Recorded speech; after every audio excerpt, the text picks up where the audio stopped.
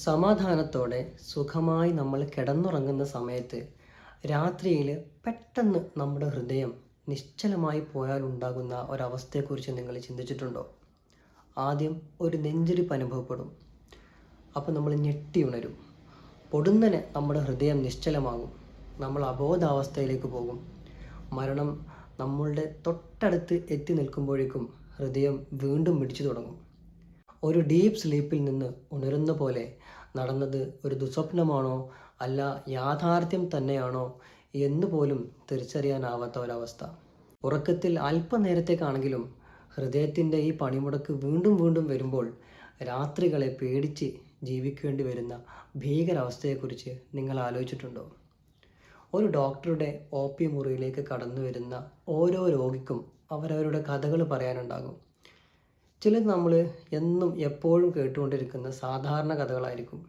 എന്നാൽ മറ്റു ചിലത് നമ്മളെ ചിന്തിപ്പിക്കുന്ന അനുഭവങ്ങളുള്ള അസാധാരണ കഥകളായിരിക്കും. ഞാൻ ഈ പറയാൻ പോകുന്നത് അത്തരത്തിലൊരു കഥയാണ്. ഒരു ദിവസം എൻ്റെ OPയിലേക്ക് ഒരു പേഷ്യൻ്റ് വന്നു. അല്പം ക്ഷീണിതയായ ഒരു യുവതി. കൂടെ ഹസ്ബൻഡും ഉമ്മയുമുണ്ട്. കയ്യിലുള്ള ഫയൽ എൻ്റെ നേരെ നീട്ടിയ ശേഷം അവർ പറഞ്ഞു, എനിക്ക് നല്ല ക്ഷീണമുണ്ട്, ഒരു ട്രിപ്പ് കയറ്റി തരാമോ? സാധാരണ ക്ഷീണം വരുമ്പോൾ ഇങ്ങനെ അടുത്തുള്ള ക്ലിനിക്കിൽ പോയി ഇങ്ങനെ ചെയ്യാനാണ് ഞാൻ സ്ഥിരമായി കാണിക്കുന്ന ഡോക്ടർ എന്നെ നിർദ്ദേശിച്ചിട്ടുള്ളത് എന്ന്. ഞാൻ അവരുടെ ഫയലുകളിലൂടെ ഒന്ന് കണ്ണോടിച്ചു. ആ കേസ് ഫയലിൽ ക്യാപിറ്റൽ ലെറ്റേഴ്സിൽ ബോൾഡായി അവരുടെ അസുഖം രേഖപ്പെടുത്തിയത് ഇപ്രകാരമായിരുന്നു: കൺജനിറ്റൽ ലോങ് QT സിൻഡ്രോം. ഞാൻ അവരോട് കൂടുതൽ കാര്യങ്ങൾ ചോദിച്ച് മനസ്സിലാക്കി. അവർ സ്കൂളിൽ പഠിക്കുന്ന സമയം മുതൽക്കേ ഇടയ്ക്കിടയ്ക്ക് ഈ നെഞ്ചിടിപ്പും ബോധക്ഷയവും അവർക്ക് വരാറുണ്ട്. കൂടുതലായി ഉറങ്ങുന്ന സമയത്താണ് ഈ ബുദ്ധിമുട്ട് അനുഭവപ്പെടുന്നത്. ഒരുപാട് ഡോക്ടർമാരെ അവർ സന്ദർശിച്ചിട്ടുണ്ട്. ഹാർട്ടിൻ്റെ ടെസ്റ്റുകൾ, എക്കോ, ECG, TMT, ബാക്കിയുള്ള ഒരുപാട് ടെസ്റ്റുകളും അവർ ചെയ്തിട്ടുണ്ട്. പക്ഷെ ഒന്നിലും അവരുടെ അസുഖം കണ്ടെത്താനായില്ല. അപ്പോൾ അതുകൊണ്ട് എല്ലാവരും കൂടി ചേർന്നിട്ട് അവർ വിധി എഴുതി അവർക്ക് ടെൻഷനാണെന്നുള്ളത്. ടെൻഷൻ ആകുമ്പോഴാണ് ഇത്തരത്തിലുള്ള പ്രയാസങ്ങൾ വരുന്നത് എന്നുള്ളത് മനസ്സിലാക്കി സൈക്കാട്രിസ്റ്റിനെ കാണിക്കുകയും അവരുടെ മെഡിസിൻസ് ഒരുപാട് കാലം കഴിക്കുകയും ചെയ്തു. പക്ഷെ എന്നിട്ടും ഒരു വ്യത്യാസം കണ്ടില്ല. ഇവർക്ക് മാത്രമല്ല, ഇവരുടെ മൂത്ത സഹോദരിക്കും സമാനമായ ലക്ഷണങ്ങളുണ്ട്. അതുകൊണ്ട് തന്നെ അവർക്കും ടെൻഷനാണ് എന്നുള്ള രീതിയിലാണ് എല്ലാവരും ചിത്രീകരിച്ചത്. കല്യാണം കഴിഞ്ഞ ശേഷവും ഈ ബുദ്ധിമുട്ട് ഇടയ്ക്കൊക്കെ വരാറുണ്ടായിരുന്നു. രാത്രിയിൽ നെഞ്ചിടിപ്പ് വരുമ്പോഴേക്കും ഞെട്ടിയുണർന്ന് ഇവർ ഭർത്താവിനെ കയ്യെത്തി വിളിക്കാൻ വേണ്ടി ശ്രമിക്കാറുണ്ട്. പക്ഷേ അപ്പോഴേക്കും ഇവർക്ക് ബോധക്ഷയം സംഭവിക്കും. ഇത് കാണുന്ന ഭർത്താവ് ആദ്യമൊക്കെ നല്ലപോലെ പേടിച്ചിരുന്നു. ഇവരെ എടുത്ത് ഹോസ്പിറ്റലിലേക്ക് കൊണ്ടുപോകാൻ നിൽക്കുമ്പോഴേക്കും ബോധം തിരിച്ചു വരും. പല ഡോക്ടർമാരെ കാണിക്കുകയും ചെയ്തു. പിന്നീട് ഇതൊരു സ്ഥിരം കാഴ്ചയായപ്പോൾ ഭർത്താവും ബാക്കിയുള്ള ആളുകളും അത്ര കാര്യമാക്കി എടുക്കാതെയായി. പക്ഷേ ഒരു രാത്രി ഇങ്ങനെ ബോധക്ഷയം സംഭവിച്ച് പതിവ് സമയം കഴിഞ്ഞിട്ടും ബോധം തിരിച്ചു വരാതെയായി. എല്ലാവരും നല്ലപോലെ പേടിച്ചു. അറിയുന്ന പ്രാഥമിക ചികിത്സ നൽകി ഇവരെ വലിയൊരു ആശുപത്രിയിലേക്ക് കൊണ്ടുപോയി. അന്ന് അവരെ ICUയിലേക്ക് അഡ്മിറ്റ് ചെയ്ത ശേഷമാണ് ബോധം തിരിച്ചു വന്നത്. അന്ന് ഡോക്ടർമാർക്ക് ചില സംശയങ്ങൾ തോന്നുകയും ഈ ഫാമിലി ഹിസ്റ്ററി ഉള്ളതുകൊണ്ട് അതും കൂടെ ചേർത്ത് വായിച്ച് ECG നോക്കിയപ്പോഴാണ് ഇത്തരത്തിലൊരു വ്യത്യാസം അവർ കണ്ടെത്തിയത്. QT ഇൻ്റർവെൽ സാധാരണയിലും കൂടുതലുണ്ടെന്ന് അന്ന് അവർക്ക് മനസ്സിലായി. സമാനമായ ലക്ഷണങ്ങളുള്ള മൂത്ത സഹോദരിയുടേതുൾപ്പെടെ വീട്ടിലുള്ള എല്ലാവരുടെയും ECG എടുത്ത് പരിശോധിച്ചു. അതിൽ ഈ വ്യത്യാസം 3-4 പേരുടെ ECGയിൽ കൂടി കണ്ടെത്തി. അവരുടെ എല്ലാം ബ്ലഡ് സാമ്പിളുകൾ എടുത്ത് തിരുവനന്തപുരത്തേക്ക് ജനറ്റിക്കൽ സ്റ്റഡിക്ക് വേണ്ടി കൊടുത്തയച്ചു. അതിൻ്റെ റിസൾട്ട് വന്നപ്പോൾ എല്ലാവർക്കും ഒരേ അസുഖം, കൺജനിറ്റൽ ലോങ് QT സിൻഡ്രോം. പക്ഷേ നിർഭാഗ്യമെന്ന് പറയട്ടെ, ഈ റിപ്പോർട്ട് വരുന്നതിന് മുന്നേയായി മൂത്ത സഹോദരി കുഴഞ്ഞു വീണ് മരണപ്പെട്ടു. ഇപ്പോൾ ഇവർക്ക് ഈ അസുഖത്തെക്കുറിച്ച് നല്ലപോലെ അറിയാം. ഇവർ കൃത്യമായി മരുന്നെടുക്കുന്നുണ്ട്.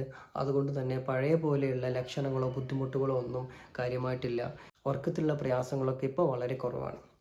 അപ്പോൾ എന്താണ് congenital long QT syndrome?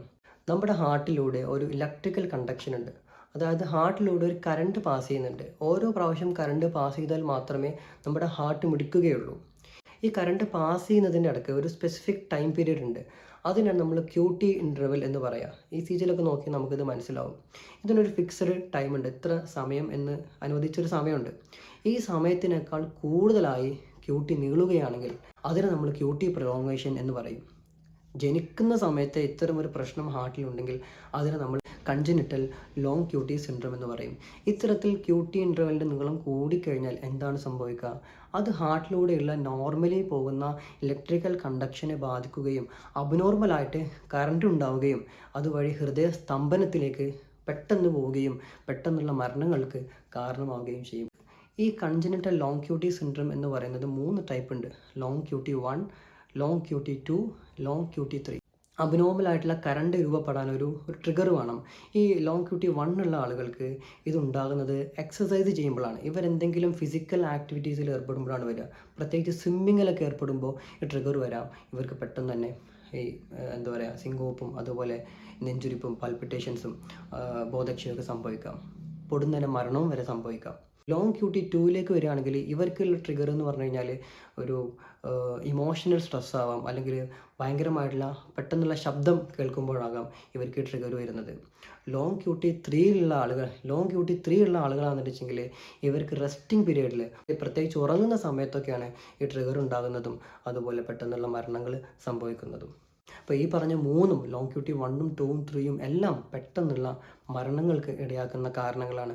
So ഇത്തരം ലക്ഷണങ്ങളുമായിട്ട്, അതായത് തലകറക്കവും ബോധക്ഷയവും ഒക്കെ ആയിട്ട് റിപ്പീറ്റഡ് ആയിട്ട് വരുന്ന ആളുകൾ നമ്മുടെ മുമ്പിൽ, ഡോക്ടർമാരുടെ മുമ്പിൽ വരികയാണെങ്കിൽ നമുക്ക് നല്ല പോലെ കുറച്ചും കൂടി ശ്രദ്ധയോടെ അവരെ നമ്മൾ പരിഗണിക്കേണ്ടതും അവരുടെ ഫാമിലി ഹിസ്റ്ററിയൊക്കെ ചോദിച്ച് മനസ്സിലാക്കേണ്ടതും വളരെ നിർണായകമായിട്ടുള്ള കാര്യങ്ങളാണ്. നമ്മൾ മിസ് ചെയ്യുന്ന ചെറിയ ചെറിയ പോയിൻറ്റ്സിലൊക്കെ നമുക്ക് ഡയഗ്നോസ് മിസ്സാവും. അതുപോലെ ഇത്തരം രോഗലക്ഷണങ്ങളുള്ള ആളുകൾ അത് നിസ്സാരമായിട്ട് കാണാതെ കൃത്യമായ രോഗനിർണയം നടത്താൻ വേണ്ടിയിട്ട് ശ്രമിക്കണമെന്നും ഞാൻ ആവശ്യപ്പെടുകയാണ്. സോ ഈ വീഡിയോ നിങ്ങൾക്ക് ഇഷ്ടമായെങ്കിൽ നിങ്ങൾ ലൈക്ക് ചെയ്യുക, ഷെയർ ചെയ്യുക, ചാനൽ സബ്സ്ക്രൈബ് ചെയ്യുക, നിങ്ങളുടെ അഭിപ്രായങ്ങൾ കമൻ്റായിട്ട് രേഖപ്പെടുത്തുക. താങ്ക്